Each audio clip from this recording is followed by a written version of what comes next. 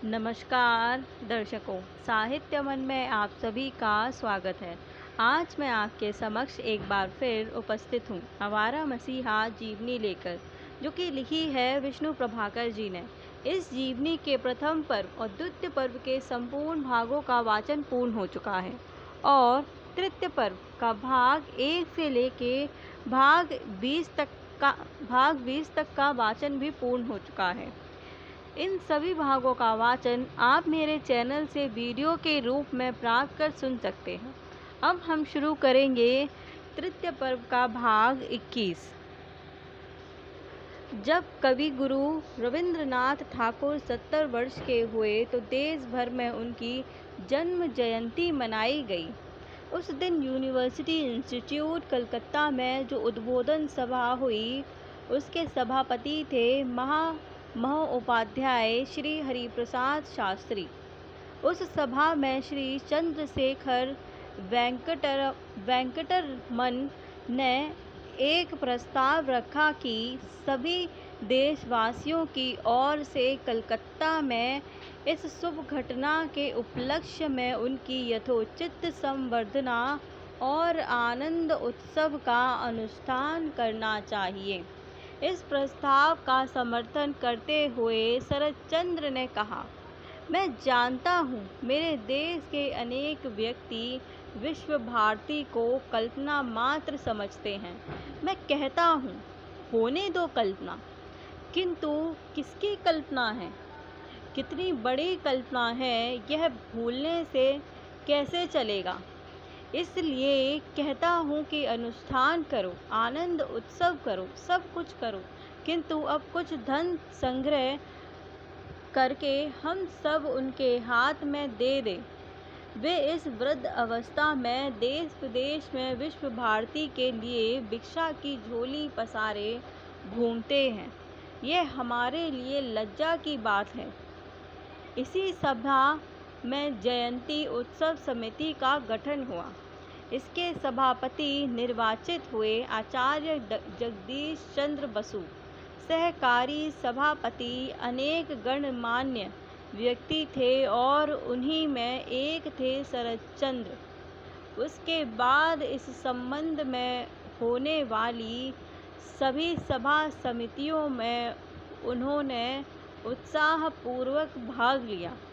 दुर्भाग्य से उस समय उत्तर बंगाल में बन्या का प्रकोप हुआ। ऐसी स्थिति में कवि गुरु ने शरतचंद्र को पत्र लिखा, सुनता हूँ तुमने मेरी पूजा के लिए कुछ धन इकट्ठा करने का निश्चय किया है। देश में आज जो दुर्दीन है उसको देखते हुए किसी और काम के लिए धन संग्रह का दावा करना उचित नहीं है। यदि मेरे हाथ में कुछ देना ही है तो वह उनके दुखों को दूर करने के लिए हो जो इस दुर्गति का शिकार हुए हैं। इसलिए विश्व भारती के उद्देश्य से धन संग्रह करने का शरद बाबू का वह प्रस्ताव कार्यान्वित नहीं हो सका। इसका उन्हें बराबर क्षोभ रहा। उत्सव में प्रवेश पाने के लिए शुल्क की व्यवस्था थी। उससे जो धन प्राप्त हुआ वह कवि गुरु ने बन्या के प्रकोप से पीड़ित जनता के लिए दे दिया था। यह अभिनंदन समारोह वास्तविक जन्मतिथि के 7 महीने बाद हुआ था। मान पत्र लिखा था स्वयं शरतचंद्र ने। समिति में इस प्रश्न को लेकर काफ़ी मतभेद थे, लेकिन श्री अमल होम ने श्री श्याम प्रसाद मुखर्जी से सलाह करके यह काम चुपचाप शरतचंद्र को सौंप दिया था। वे नहीं चाहते थे कि किसी को इस बात का पता लगे, लेकिन किसी तरह यह बात प्रकट हो गई। मान पत्र कौन पढ़े, इस पर भी काफ़ी मतभेद था। आचार्य जगदीश चंद्र बसु उसे पढ़ने वाले थे, परंतु सहसा अस्वस्थ हो जाने के कारण अंततः श्री कामिनी राय ने इसे पढ़ा। उस समय शरतचंद्र संकोचवश श्री सिर नीचा किए बैठे रहे। उस मानपत्र की प्रथम पंक्ति किसी को भुलाए नहीं भूलती। कवि गुरु, आपकी ओर देखने पर हमारे विस्मय की सीमा नहीं। 4 वर्ष पूर्व भी श्री अमल होम की विवाह सभा में उन्हें देखकर शरद बाबू उसी तरह विस्मित हो उठे थे। बहुत दिन बाद उस दिन विवाह सभा में रविंद्रनाथ को देखा। कैसा आश्चर्यमयी सुंदर, आँख हटाए नहीं हटती थी। उम्र जितनी बढ़ती है रूप उतना ही क्या बढ़ता है। रूप नहीं सौंदर्य।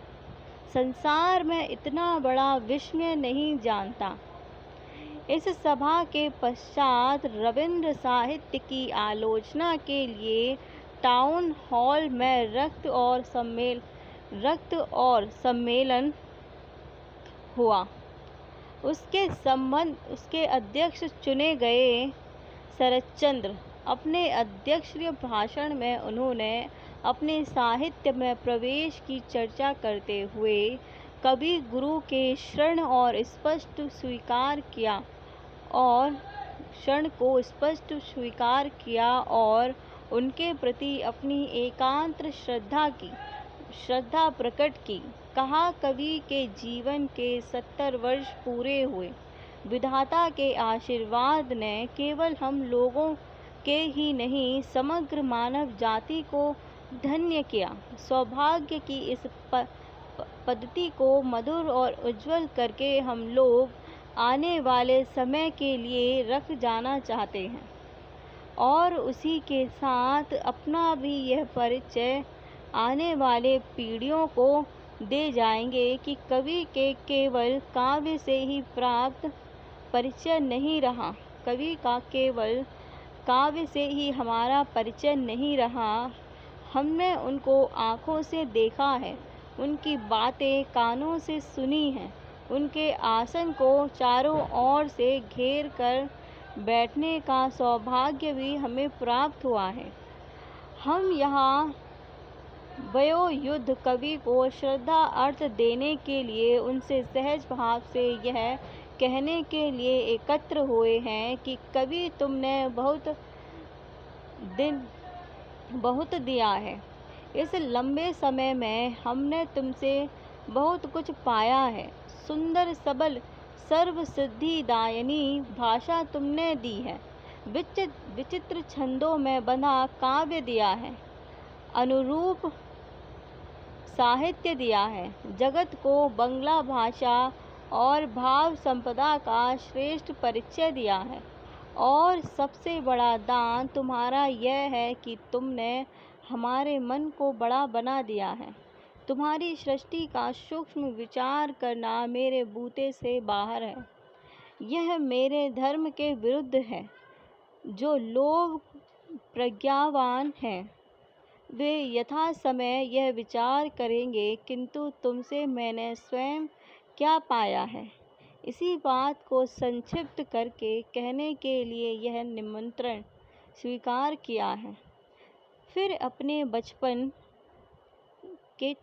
की चर्चा करते हुए उन्होंने बताया कि कैसे उनका रविंद्र साहित्य से परिचय हुआ और उससे वह कितने प्रभावित हुए। उन्होंने कहा, इसके बाद आया बंग दर्शन के नवीन संस्करण का युग।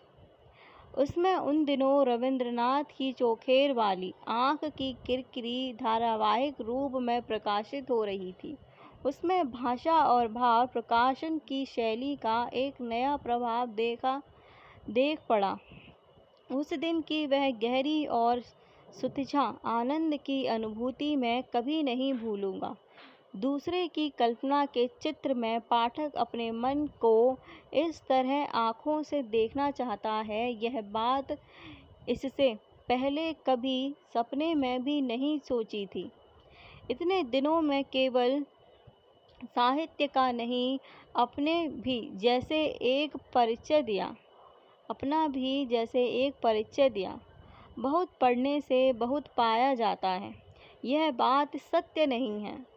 वह थोड़े से ही तो पन्ने हैं, उन्हीं के बीच में जिन्होंने इतनी बड़ी संपत्ति उस दिन हम लोगों के हाथ में पहुंचा दी, उनके प्रति कृतज्ञता जताने की भाषा कहाँ मिलेगी। उसके बाद ही साहित्य के साथ मेरा संबंध टूट गया। मैं भूल ही गया कि जीवन में एक लाइन भी मैंने किसी दिन लिखी है। बहुत सा समय प्रवास में बीता। इस बीच में कवि को केंद्र करके किस तरह नवीन बंगला साहित्य तेजी के साथ समृद्धि से भर उठा, उसकी कोई खबर मुझे नहीं है। कवि के साथ किसी दिन मुझे घनिष्ठ होने का सौभाग्य नहीं प्राप्त हुआ। उनके पास बैठकर साहित्य की शिक्षा प्राप्त करने का सुयोग भी नहीं मिला। मैं एकदम ही बिछड़ा रहा। यह है बाहर का सत्य, किंतु भीतर की बात इससे बिल्कुल उल्टी है। उस विदेश में मेरे साथ कवि की कुछ पुस्तकें थीं, काव्य और कथा साहित्य, और मन के भीतर परम श्रद्धा और विश्वास।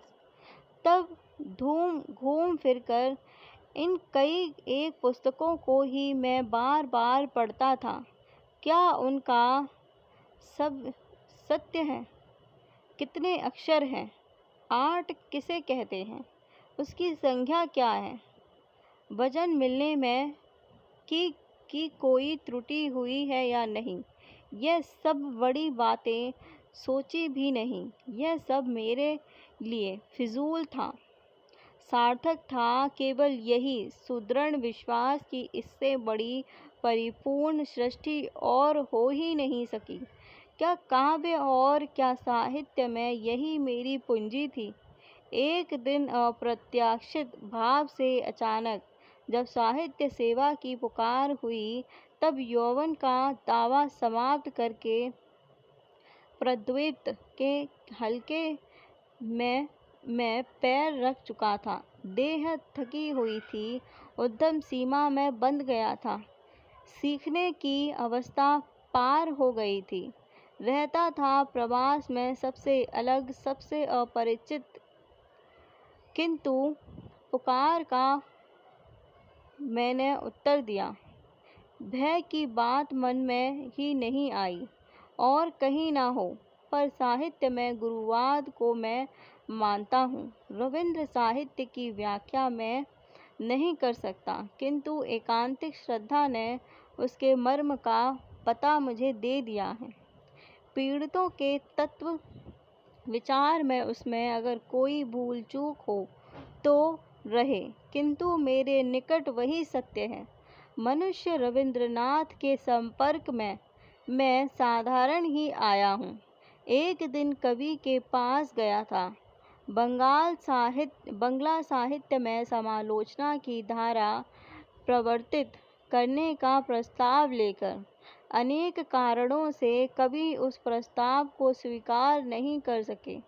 उसका एक कारण उन्होंने यह बताया था कि जिसकी प्रशंसा करने में वे असमर्थ हैं, उसकी निंदा करने में वे ही सक्षम हैं। यह भी उन्होंने कहा था कि तुम लोग यदि यह काम करो तो यह भी ना भूलो कि अक्षमता और अपराध एक ही वस्तु नहीं है। मैं सोचता हूँ साहित्य के विचार में यदि इस सत्य को सभी याद रखते।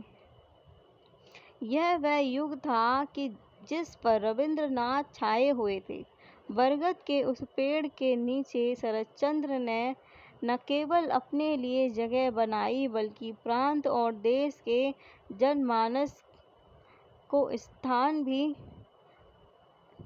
जनमानस का ध्यान भी अपनी ओर आकर्षित किया।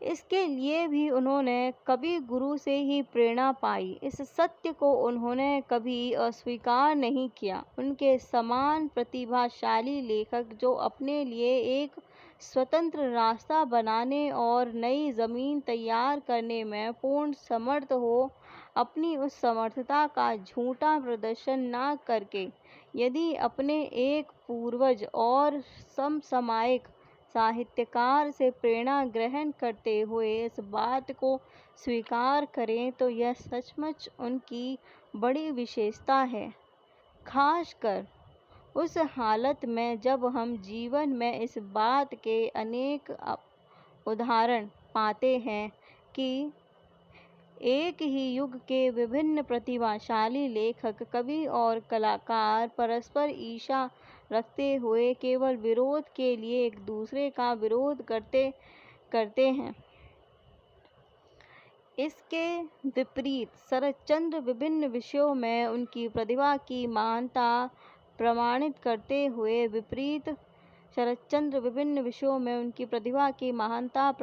करते हुए कभी थकते नहीं थे। उनकी कविताओं का प्रायः नित्य ही पारायण करते थे। उनकी लगभग सभी पुस्तकों को शरत बाबू ने विशेष रूप से चमड़े की बढ़िया जिल्द में सजाकर रखा था, जिसके बाहर सुनहरे अक्षरों में पुस्तक और लेखक का नाम अंकित था। रवींद्रनाथ की कोई न कोई पुस्तक उनकी मेज पर पड़ी रहती थी। एक बार बेपून कॉलेज के एक प्रोफेसर उनसे मिलने के लिए आए। बातों ही बातों में वह बोले, आप जितना सुंदर लिखते हैं उतना ही स्पष्ट भी। आपकी रचनाएं हम लोगों की समझ में अच्छी तरह आ जाती हैं। रवींद्रनाथ ऐसी अस्पष्ट और उलझी हुई शैली में लिखते हैं कि कुछ भी ठीक से समझ नहीं आता। वह बड़े कवि हो सकते हैं, परंतु मैं रहस्यवादी कवि की कोई रचना नहीं समझ सकता। उनके जीवन देवता का रहस्य अभी भी अभेद्य है। शरतचंद्र ने तत्काल उत्तर दिया, प्रोफेसर महाशय, मैं आप लोगों के लिए लिखता हूँ, आप ही मेरे पाठक हैं, किंतु रवींद्रनाथ हमारे लिए लिखते हैं, हम उनके पाठक हैं। हमें कहीं अस्पष्टता दिखाई नहीं देती। रवींद्र साहित्य की निंदा वह नहीं सह सकते थे, विशेषकर जब वह निंदा काव्य और कला के गंभीर और निगूढ़ तत्वों से अपरिचित निंदकों द्वारा की जाती थी। उन्होंने बार बार स्वीकार किया है कि वह विद्यासागर और बंकिम चंद्र के भी श्रेणी हैं, परंतु बंकिम चंद्र ने जिस प्रकार रोहिणी को गोली से मार दिया था, उसकी आज जरूरत नहीं है। युग बदल गया है, मूल्य बदल गया है, और इस मोहनता को भंग करने के लिए हम जिसके कणी हैं, मैं भी उसी का ऋणी हूँ।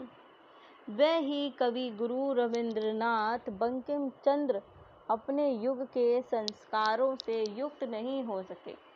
पाप पुण्य के जय के बंधन में बंधे रहे। उनमें आँख की किरकिरी लिखने का साहस नहीं था। उनमें विचार बोध था, पर संस्कार बोध नहीं था। वे अपने साहित्य में समाज की संकीर्णता से ऊपर नहीं उठ सके। कवि गुरु की चर्चा चलने पर एक बार उन्होंने सत्येंद्र नाथ बसु से बड़े दुख के साथ उनको मिले अपने अवमानता और लांगा की बात कही थी। बोले, एक दिन कवि गुरु ने कहा, आर खान पर क्या उसकी चोट नहीं लगती, लेकिन सहने के अतिरिक्त और उपाय ही क्या है। देखते हो कैसी संस्कृति, कैसी शिक्षण दीक्षा, कैसी असाधारण सहिष्णुता है। किसी दिन मुंह खोलकर जरा भी प्रतिवाद नहीं किया। ऋषि तुल्य इस महापुरुष ने, सौम्य शांत मुख कवि ने सब कुछ चुपचाप सहा, सहन किया। उनके समान धैर्य क्या मुझ में है? मैंने तो न जाने तुमसे अपनी कितनी बातें कही हैं। आलोचक कहते हैं कि रवींद्रनाथ इब्सन और मेटरलिंक का अनुसरण करते हैं। इब्सन और मेटरलिंक क्या इड़ा पतंजलि, नैबध और चालाका जैसे संपद की सृष्टि कर सकते हैं? वे जाते उनका अनुकरण करने। यहाँ जरा भाव या विचार मिला कह उठे, अनुकरण है। एक दिन उन्होंने मुझसे कहा था, मेरी कविता के 200 पाठक भी नहीं हैं। मैंने उत्तर दिया, आप क्या कहते हैं? मैं उसे अनुकरण नहीं। आप क्या कहते हैं? आजकल क्या आप एक भी ऐसी कविता देख सकते हैं जिस पर आपका प्रभाव नहीं है? मैं उसे अनुकरण नहीं कहूँगा, किंतु काव्य की जो धारा आपने बहा दी है, उसी धारा का अनुसरण करती हुई बाद की सारी कविता चल रही है। और कविता क्यों, उपन्यास के क्षेत्र में, भाषा में क्या उन्होंने यही काम नहीं किया? आजकल कोई एक बंकिम बाबू की भाषा लिखता है या उस तरह के उपन्यास लिखता है, वह मेरे गुरु हैं, मेरे गुरु।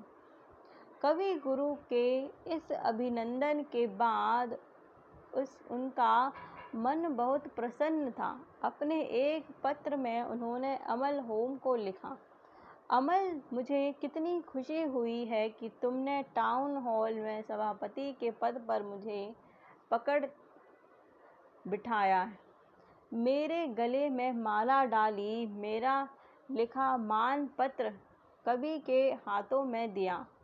जिस प्रकार यह विराट व्यापार संपन्न हुआ, यह अनुष्ठान जिस निष्ठा और श्रम और श्रद्धा से सार्थक हुआ, उससे मुझको बड़ा निष्कपट आनंद हुआ। कवि के संबंध में मैंने उधर उधर कभी कभी क्रोध में आकर बुरी बुरी बातें कही हैं। जिस तरह यह सत्य है, उसी तरह यह भी सत्य है कि मेरे से बड़ा उनका भक्त कोई नहीं। मुझसे बढ़कर कोई उनको अपना गुरु नहीं मानता। मुझसे बढ़कर कोई उनकी रचनाओं का अध्ययन नहीं करता, उनकी विशेषताओं की बात नहीं करता। लेकिन मुझसे अधिक उनके उपन्यास किसी ने नहीं पढ़े। उनकी आँख की किरकिरी, उनका योग, उनका गल्प गुच्छ, आजकल जो इतने लोग मेरी रचनाएं पढ़कर अच्छा कहते हैं, वह उसी कारण है। मैं जानता हूँ कि यह परम सत्य है, और कोई इसको कहता है या नहीं कहता है, मानव मानता है या नहीं मानता है, इससे कुछ आता जाता नहीं है। इसीलिए मैंने अपने समस्त अंतःकरण से उस जयंती में योग दिया, दिए बिना रह भी नहीं सकता था। तुमने बहुत बड़ा काम किया। अंतःकरण से आशीर्वाद देता हूँ। सुनता हूँ कि तुमने यह जयंती करके कलकत्ता का घर बेच दिया, गाड़ी बेच दी। तुम्हारे हमारे मित्र लोग इस बात का बड़े उत्साह से प्रचार करते हैं। जयंती के लिए सुनता हूँ स्वयं कवि ने तुमको खड़ा किया है।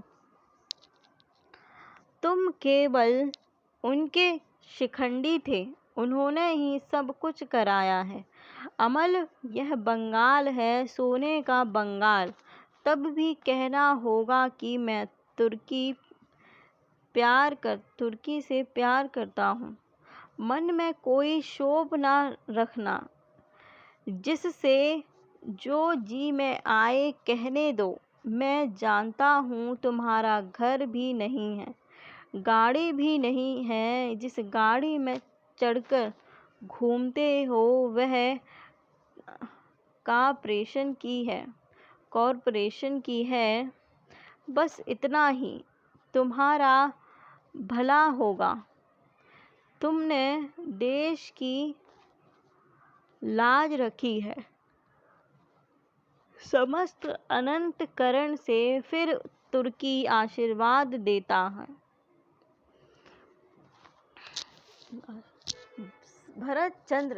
शरद चंद्र की रविंद्र भक्ति के संबंध में प्रमाणों का कोई अभाव नहीं है। उनके समकालीन सभी व्यक्ति जानते हैं। शरद चंद्र ने रविंद्र साहित्य का बड़े मनोयोग से मनन किया है। एक दिन किसी लेखक ने उनसे पूछा, क्या आपने यौरा पढ़ा है? उन्होंने तुरंत स्वभाव सुलभ चंचलता से उत्तर दिया, यौरा 64 बार। हाँ, 64 बार पढ़ा है। ढाका जाने पर वह अपने प्रिय मित्र चारू चंद्र चंदोपाध्याय के घर पर ही ठहरते थे। उस बार वे अचानक बीमार हो गए। चारू बाबू क्या देखते हैं कि ज्वर के आवेग से शरदचंद्र बालिका की कविता पर कविता का पाठ करते जा रहे हैं। प्रत्येक कविता उन्हें पूर्ण रूप से कंठस्थ याद है। सचमुच रविंद्रनाथ की बड़ी बड़ी कविताएं उन्हें विस्मयजनक रूप से कंठस्थ थीं। पुस्तक के सहायता के बिना एक भी भूल न करके उन कविताओं की आवृत्ति करते उनके व्यक्तियों ने उन्हें देखा था। इलाचंद्र जोशी से उन्होंने कहा था, ये हर तीसरे चौथे रोज उनकी कोई कविता पुस्तक लेकर बैठ जाता हूँ। मैं हर तीसरे चौथे रोज उनकी कोई कविता पुस्तक लेकर बैठ जाता हूँ। इतना बड़ा कवि आज संसार में खोजे ना मिलेगा। समय असमय, कारण अकारण रविंद्र काव्य की आवृत्ति करने में उन्हें जितना आनंद आता था, उतना ही उलग वे उनके नाटकों का अभिनय देखने को भी करते थे।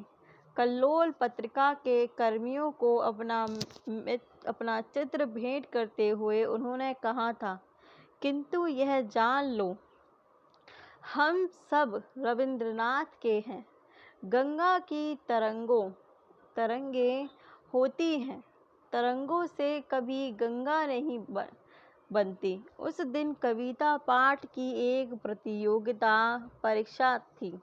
कविता चुनी गई कवि गुरु की एक बार फिराओ मोरे, लेकिन उसमें से वह अंश निकाल दिया गया जिसमें देश की दुर्दशा का वर्णन था। जो कर्ता धर्ता थे उनका तर्क था कि उसे पढ़ना राजद्रोह होगा, फसाद खड़ा हो सकता है। शरदचंद्र ने उत्तर दिया, जो देश के सर्वश्रेष्ठ कवि हैं, जो निष्पाप और निर्मल हैं, उनके हृदय के भीतर से स्वदेश की भलाई के लिए जो कविता निकली है, प्रकाश है सभा में, उसका बढ़ना राज्यद्रोह है, अपराध है।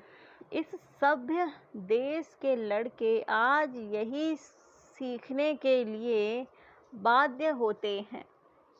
एक और ऐसी अनन्य भक्ति थी तो दूसरी ओर यह भी उतनी ही सत्य है कि उस समय पर उनका कवि गुरु से कटु संबंध भी हुआ है।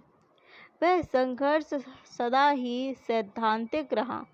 भावुक हृदय शरदचंद्र जब भी कभी गुरु की किसी बात से अप्रसन्न होते तो उन से शायद वह ऐसा नहीं चाहते थे। परंतु अंतर का कृतिकार जैसे उफन उठता था और वे विवश हो जाते थे। 4 वर्ष पूर्व विचित्रा में कवि गुरु का एक लेख प्रकाशित हुआ था। नाम था जाहित्य धर्म। उस लेख को लेकर बंगाल के साहित्य जगत में काफी तूफान उठा। डॉक्टर नरेश चंद्र सेनगुप्त ने उक्त धर्म की सीमा या चौधी का निर्देश करके अत्यंत श्रद्धा के साथ कवि के उदाहरणों को, रूपक और युक्तियों को रस करने की संख्या दी। श्री रजनीकांत दास की इस लेख में संबंध में शरतचंद्र से काफ़ी बातें हुई। उनकी बातों का उन्होंने एक लेख में उल्लेख किया है, लेकिन वह उल्लेख कुछ इस प्रकार हुआ कि उससे गलतफहमी हो सकी थी, अर्थात वे बातें शरतचंद्र के वास्तविक मत से भिन्न थी। इसी गलतफहमी के कारण कुछ लोगों ने उन पर आक्रमण भी किए। इसीलिए शरद बाबू ने साहित्य की रीति और नीति शीर्षक से एक लेख लिखा। उसमें उन्होंने अपना मत स्पष्ट किया और स्पष्ट शब्दों में व्यक्त किया। बड़ी विनम्रता से कवि के आक्षेपों का निराकरण करते हुए उन्होंने लिखा। उनके साहित्य धर्म प्रबंध के अंतिम अंश में भाषा शैली तीक्ष्ण है, श्लेष भी वैसा ही निष्ठुर है। यह बात कोई अस्वीकार नहीं करता कि निरंतर करने का अधिकार एकमात्र उन्हीं को है, किंतु क्या सचमुच ही आधुनिक बंगला साहित्यकार रास्ते की मूल कीचड़ उठाकर परस्पर एक दूसरे पर फेंकने को साहित्य साधना समझता है? शायद कभी कहीं पर भूल हो गई है, किंतु इसी से क्या समस्त आधुनिक साहित्य के प्रति इतना बड़ा दंड कोई सुविचार है? कवि ने कहा, उस देश का साहित्य कम से कम विज्ञान की दुहाई देकर इस दौराल्य या उद्यम के कैफियत दे सकता है, किंतु जिस देश में भीतर और बाहर बुद्धि दौराल्य या उद्यम की कैफियत से सत्ता, भीतर बुद्धि में और व्यवहार में किसी भी जगह विज्ञान ने प्रवेश का अधिकार नहीं पाया। अगर यही सच है तो भारत के लिए दुख की बात है, दुर्भाग्य की बात है। विज्ञान ने शायद प्रवेश का अधिकार नहीं पाया। शायद यह वस्तु सचमुच ही भारत में नहीं थी, किंतु कोई एक चीज केवल ना होने के कारण ही क्या सदैव वर्जित होकर रहेगी?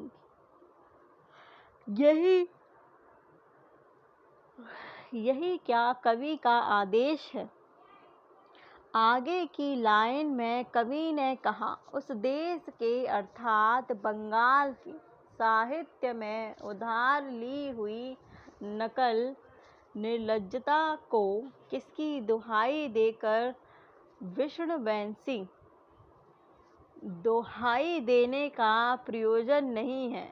छिपाना भी अन्याय है, किंतु भक्तों के मुख से उधार लिए हुए अभिमत को ही संशयहीन सत्य मानकर विश्वास कर लेने से क्या न्याय की मर्यादा खंड्य नहीं होती? रविंद्रनाथ के साहित्य धर्म का जवाब नरेश चंद्र ने दिया। उनकी धारणा है कि और उनके लोगों की तरह शायद वह भी कवि के एक लक्ष्य है। इस धारणा का कारण क्या है, मैं नहीं जानता। उनकी सब पुस्तकें मैंने नहीं पढ़ी, मासिक पत्रों में जो कुछ प्रकाशित होता है वही केवल देखा है। उन अनेक स्थानों पर उनसे मेरा मत मिलता नहीं। जान पड़ा, कभी कभी जान पड़ा है, नर नारी के प्रेम के मामले में वह प्रचलित सुनिर्दिष्ट रास्ते को लांघ गए हैं, किंतु वहाँ पर भी मैंने अपने मत को ही अप्रांत नहीं समझा। यह मैं जानता हूँ कि नरेश चंद्र से बहुत से लोग प्रसन्न नहीं हैं, किंतु ममता की आत्मविस्मृति में माधुर्यहीन रुखाई को ही शक्ति का लक्ष्य मानकर पहलवानी हुई।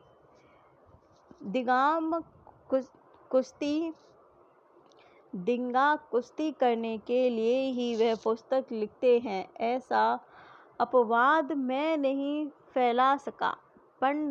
पांडित्य में, ज्ञान में, भाषा पर अधिकार में, चिंतन के विस्तार में, स्वाधीन अभिमत को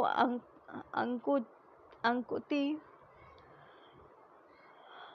भाव से प्रकट करने में उनके समक्ष लेखक बंगला साहित्य में थोड़े ही हैं। बंगला साहित्य के अविसंवादी सर्वसम्मत विचारक के हिसाब से कवि का यह कर्तव्य है कि नरेश बाबू की सब पुस्तकों को पढ़े, यह स्पष्ट करके दिखाएं कि उनके उपन्यासों में कहाँ पर शीलता का अभाव है, कहाँ पर ये काव्य लक्ष्मी के वस्त्रहरण में लगे हैं। किंतु ऐसा भी हो सकता है कि कवि का लक्ष्य नरेश चंद्र नहीं, कोई और हो। तब भी मैं समझता हूँ कि उन्हें उस और किस्या की भी सब पुस्तकें पढ़कर देखनी चाहिए। तुम लोगों का जमाना तो अब बीतने ही वाला है। अब साहित्य वृत्तियों का एक नया दल साहित्य सेवा का भार ग्रहण कर रहा है। मैं संपूर्ण अंतःकरण से उनको आशीर्वाद देता हूँ, किंतु कुछ दिनों से देखता हूँ कि इन नवीन लेखकों के विरुद्ध एक प्रचंड धावा शुरू हो गया है। क्षमा नहीं है, धैर्य नहीं है, मित्र भाव से भ्रम संशोधन की वासना नहीं है केवल कटु उक्ति और केवल सुतीव्र वाक्य बाण भाषा से घायल करने का संकल्प है। केवल देश के आगे, इस आदमियों के आगे इनको हेय सिद्ध करने की निर्दय प्रवृत्ति केवल मत ना मिलने से ही वाणी के मंदिर में सेवकों के इस आत्मघाती काल में न गौरव है न कल्याण है। विश्व कवि के इस साहित्य धर्म के अंतिम अंश का मैं सविनय प्रवाद करता हूँ। भाग्य के दोष से वह मेरे प्रति विरुद्ध है, मेरी बात का शायद वह विश्वास ना कर सके, किंतु मैं उनसे सच निवेदन करता हूँ कि बंगाल के साहित्य सेवियों के बीच ऐसा कोई नहीं है जिसने मन ही मन उनको गुरु के आसन पर प्रतिष्ठित नहीं किया। आधुनिक साहित्य के अमंगल की आशंका से जो लोग उनके कानों के पास गुरुदेव कहकर रोज रोज विलाप करते हैं, उनमें से किसी की भी अपेक्षा ये आधुनिक लेखक कम श्रद्धा नहीं रखते। इस लेख का आरंभ कई कारणों से महत्वपूर्ण है। कवि गुरु और डॉक्टर नरेश चंद्र के मतभेद की चर्चा करते हुए उन्होंने लिखा, परेश चंद्र के विरुद्ध दल के सजनीकांत दास ने शनिवार चिट्ठी मासिक में मेरा मतोमत ऐसा प्रांजल और स्पष्ट करके प्रकट कर दिया है कि मेरे फूक फूट कर, माथा खुजाकर, हाँ और बा एक ही साथ उच्चारण करके पीछे हटकर भागने के लिए राह ही नहीं रखी। एकदम बाघ के मुंह में ढेल दिया है।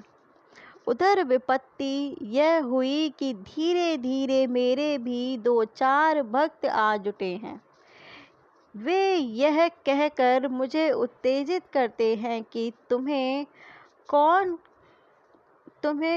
कम हो, तुमसे कौन कम हो, अपना अभिमत प्रचारित कर दो ना। ये कहता हूँ मैंने जैसे कर दिया, लेकिन उसके बाद मैं ठीक किस दल में हूँ यह आप ही जानता, आप नहीं जानते। इसके सिवा उस और नरेश बाबू जो हैं, वह केवल बहुत बड़े पंडित ही नहीं, बड़े भारी वकील भी हैं। उनकी जिस तरह के जोर से कवि के तुक्ति, युक्ति, तर्क, रस रचना हो गई, उस विरह के पेंच में पड़कर मैं तो एक घड़ी भी नहीं ठहर सकूंगा। कवि तो भी व्याप्ति और अति व्याप्ति दिशांत है। कोठे में पहुंच गए, एक कोठे में पहुंच गए, लेकिन मैं तो शायद व्याप्ति अव्याप्ति किसी तक भी नहीं पहुंचूंगा। त्रिशंकु की तरह शून्य में झूलता रहूंगा। तब आप गैत्तगण कहते हैं आप डरपोक हैं। मैं कहता हूँ नहीं। और कुछ लोग कहते हैं तो इसे प्रमाणित कीजिए। मैं कहता हूँ प्रमाणित करना क्या साहब सहज मामला है? क्या सहज मामला है? इस सृष्टि, रसोद्बोधन आदि शब्दों की रस वस्तु के बराबर धुंधली चीज संसार में क्या कोई और है? यह केवल रस रचना के ही द्वारा प्रमाणित किया जा सकता है, लेकिन फिलहाल वह समय मेरे हाथ में नहीं है। रह तो हुई मेरी और की बात, यह तो हुई मेरी और की बात, उस और की बात ठीक नहीं जानता, किंतु अनुमान कर सकता हूँ। प्रिय पादों ने आकर कवि को पकड़ा, महाशय हम लोग तो अब पार नहीं कर पाते हैं। अब कि आप ही अस्त्र धारण किए, नाना धनुष बाण नहीं, गदा घुमाकर फेंक दीजिए। इस अति आधुनिक साहित्यिक बस्ती की ओर लक्ष्य कोई जरूरत नहीं। वहाँ एक साथ बहुत से रहते हैं। गई कि वह गदा की अंधकार में आकाश से घिरी है। इससे इप्सित लाभ भले ही ना हो, शब्द और धूल बहुत उठी है।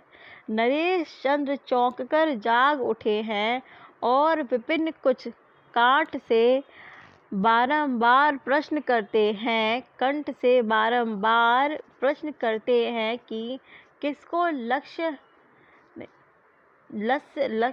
किया है, बताइए। क्यों किया है, बोलिए, हाँ या ना कहिए। किंतु यह प्रश्न ही अवैध है। कारण कवि तो रहते हैं, 12 महीने में 13 महीने बिलाए, क्या जाने यह कि कौन है।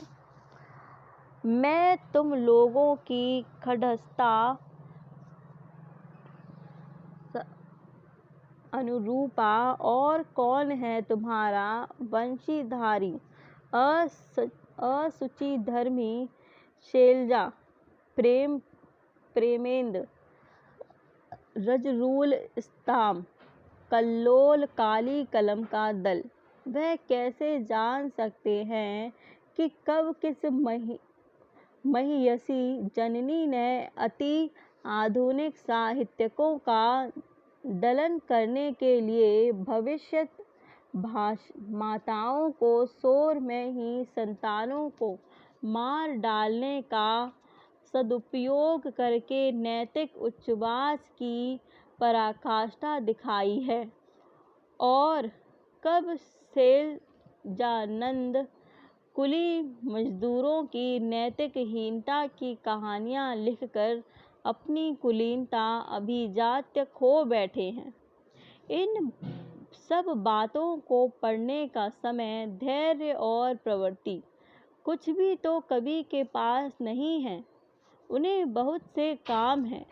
देव संयोग से कभी एकाध टुकड़ा लेख जो उनकी नज़र में पड़ गया है, उसी से उनकी धारणा हो गई है कि आधुनिक बंगला साहित्य की आबरू और आभिजात्य दोनों ही जाते रहे हैं। शुरू हुआ है चितपुर रोड के खच खच खचाक शब्द के साथ एक ही तरह के पद का पुनः पुनः चक्कर मारता हुआ गर्जन। आधुनिक साहित्यकों के प्रति कवि के इतने बड़े अविचार से केवल नरेश चंद्र के ही नहीं, मेरे भी विस्मय का दुख की सीमा नहीं है। शरद चंद्र के इस लेख से काफ़ी हलचल मची। शनिवारेर चिट्ठी के संपादक रजनीकांत दास ने उन पर तीव्र आक्रमण किया। वे ऐसा अवसर कभी नहीं चूकते थे जब शरद बाबू पर आक्रमण किया जा सके, लेकिन इस बार और भी बहुत से लोगों ने अपनी अप्रसन्नता प्रकट की। उनका यह आक्षेप था कि शरदचंद्र ने रविंद्रनाथ के प्रति अनुचित कटु उक्ति की है। बाद में शरद बाबू ने भी स्वीकार किया है कि शायद लिखने की त्रुटि के कारण वह जो कहना चाहते थे नहीं कह पाए और दूसरा ही अर्थ हो गया, लेकिन यह अक्षमता का दोष है, हृदय का नहीं। शरदचंद्र नए लेखकों के प्रति सदैव ही नहीं थे, उनके प्रति आंतरिक स्नेह भी रखते थे। कई वर्ष पूर्व शिवपुर इंस्टीट्यूट की साहित्य सभा में रविंद्रनाथ अध्यक्ष होकर आए थे। उस सभा में भी आधुनिक लेखकों का बचाव करते हुए उन्होंने कहा था, भला और बुरा संसार में चिरकाल से है, शायद चिरकाल तक रहेगा। भले को भला, बुरे को बुरा आधुनिक लेखक भी कहता है।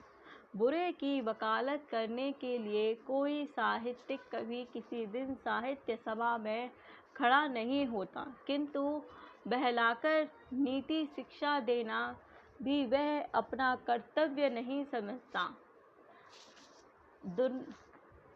दुर्नीति का भी प्रचार नहीं करता। थोड़ा सा लाकर देखने से उनकी सभी दुर्नीति के मूल में शायद यही एकता मिलेगी कि वह मनुष्य का मनुष्य सिद्ध करना चाहता है। व्यक्तिगत रूप से भी वह उन्हें बड़ा प्यार करते थे। कभी नजरुल इस्लाम जेल में थे, किसी प्रल को लेकर उन्होंने अनशन कर दिया। उस समय शरद बाबू उनसे अनशन तोड़ने का अनुरोध करने के लिए जेल गए थे। एक पत्र में उन्होंने लिखा है, हुबली जेल में हमारे कवि काजी अजरुल इस्तेमाम अनशन करके मरणासन है। 1 बजे की गाड़ी से आ रहा हूँ। देखो यदि मुलाकात करने दें पर मैंने मेरे अनुरोध से वह फिर खाने को राजी हो जाए। ना होने से उनके लिए आशा नहीं देखता। वह सच्चे कवि हैं। रवि बाबू को छोड़कर शायद इस समय दूसरा कोई और नहीं है। शरद बाबू मानते थे कि आधुनिक लेखक गलतियां करते हैं, परंतु जब उन्हें समाज में आश्रय प्रतिवादित किया जाता है तो उन्हें बहुत दुख होता है। उन्हें यह बात भी बहुत पीड़ा देती है कि आशु नईक लेखक गरीब हैं और इस कारण गंदी बातों में पढ़कर रुपया कमाना चाहते हैं। उनकी रचनाओं में वह संशोधन करते रहते थे। वह उन्हें विश्वास में लेते, तर्क करते, झगड़ भी पड़ते, पर कभी यह प्रकट नहीं होने देते या ऐसा व्यवहार नहीं करते जिससे लगे कि आधुनिक लेखक छोटे हैं। लेकिन इसका यह अर्थ कदापि नहीं था कि उन्होंने आधुनिक लेखकों को पूर्ण रूप से स्वीकार कर लिया था। रवींद्रनाथ से संघर्ष के बाद साल भर तक उन्होंने आधुनिक लेखकों की रचनाएं पढ़ी हैं और इस निर्णय पर पहुंचने की सचमुच उनमें रस का अभाव है। जो अति आधुनिक साहित्य के नाम पर उन्नत संकलता का प्रचार करते हैं, वे और जो कुछ भी करें साहित्य की सृष्टि नहीं करते। उस दिन कवि गुरु ने जो कहा था वह बहुत गलत नहीं था। 3 वर्ष बाद शेष प्रश्न को लेकर आधुनिक लेखकों ने उन पर जो आक्रमण किए उससे भी संबंधों में कुछ अस्थायी तनाव आ गया था। इसमें अस्वाभाविक कुछ नहीं है। युग संधि के अवसर पर ऐसा होता ही है। नए लेखकों को प्यार करने पर भी उनकी अपनी साहित्यिक मान्यताएं थीं। वे मानते थे कि लेखक का संशय साहित्य की मर्यादा नष्ट कर देता है। श्री केदारनाथ की एक पुस्तक की खूब प्रशंसा करने के बाद उन्होंने लिखा, भगवान आपको लिखने की असीम शक्ति दे, किंतु यह बात कभी नहीं भूली जा सकती कि ऐश्वर्यवान को ही मितव्ययी होने का प्रयोजन है। कंगाल के लिए यह आवश्यक नहीं, केवल लिखते जाना ही नहीं, रुकने की बात भी मन में होनी चाहिए। लेकिन शरतचंद्र गुरुदेव से केवल इसी कारण नाराज नहीं थे कि वह आधुनिक लेखकों के प्रति क्रूर हो उठे थे, बल्कि पथेर दाबी की घटना के कारण जो उत्तेजना हुई थी वह भी अभी शांत नहीं हुई है। इसके अतिरिक्त षोडशी नाटक के गाने भी कवि गुरु नहीं लिख पाए थे। साहित्य के रीति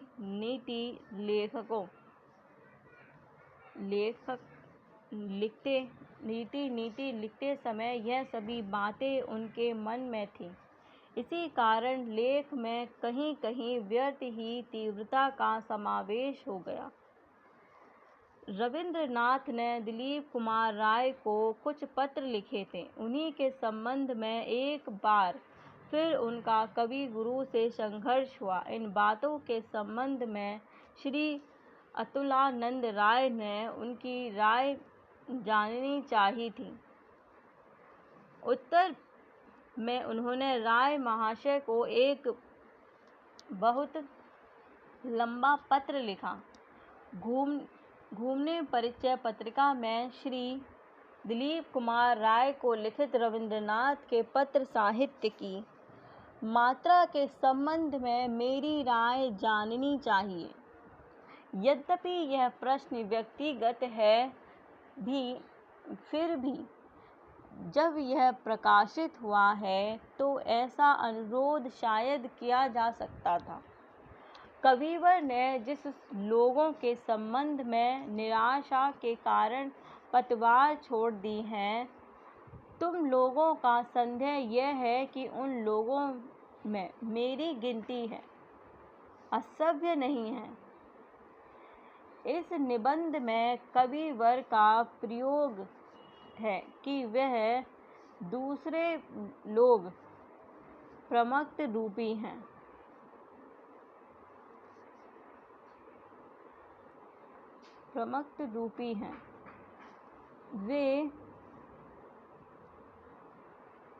वे बकवास करते हैं, पहलवानी दिखाते हैं, कसरत करते हैं, करने पर आमादा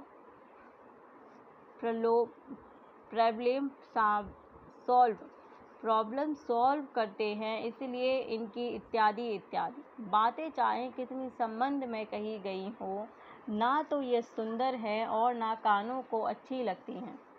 श्लेष और विदूप के वातावरण के कारण मन में एक इरिटेशन पैदा होता है। इससे कला का उद्देश्य व्यर्थ हो जाता है और श्रोता का मन भी खिन्न होता है। इसके साथ ही जैसे शोभ प्रकट करना बेकार है, प्रतिवाद करना भी वैसे ही व्यर्थ है। मैंने किसकी बोली तोते की तरह रटी, कब मैंने पहलवानी दिखलाई, कहाँ खेल दिखाया, क्या कविवर के निकट यह जिज्ञासा आवंतर है। मुझे अपने बचपन की याद आती है।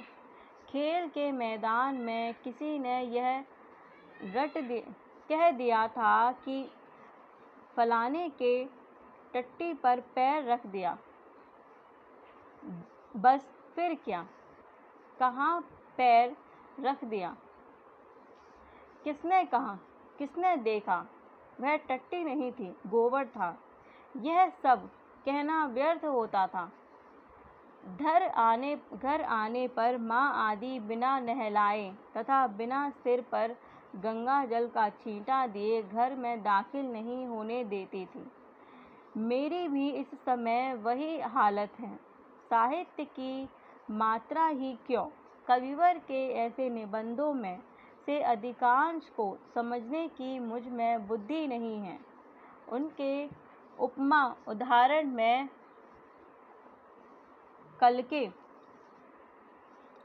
हाट बाजार, हाथी घोड़ा, जंतु हैवान सब आते हैं, पर यह समझ नहीं आता है कि मनुष्य की सामाजिक समस्याओं और नर नारी के परस्पर संबंध पर विचार करते हुए ये क्यों आते हैं और इनसे क्या प्रमाणित होता है। सुनने में अच्छी लगने पर भी वह युक्ति तो नहीं होती। एक उदाहरण देता हूँ।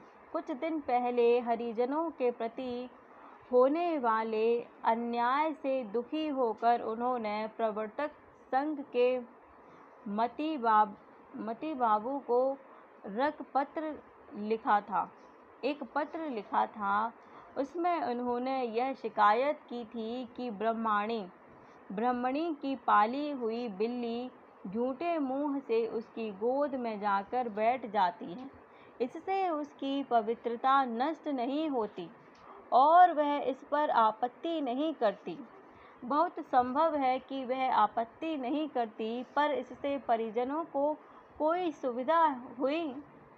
इससे क्या प्रमाणित हुआ। बिल्ली की युक्ति पर ऐसा तो ब्राह्मणी से नहीं कहा जा सकता कि फुंकई अत्यंत निकृष्ट जीव बिल्ली जाकर तुम्हारी गोद में बैठी है और तुमने कोई आपत्ति नहीं की, इसलिए अत्यंत उत्कृष्ट जीव मैं भी आकर तुम्हारी गोद में बिल्ली और तुम आपत्ति नहीं कर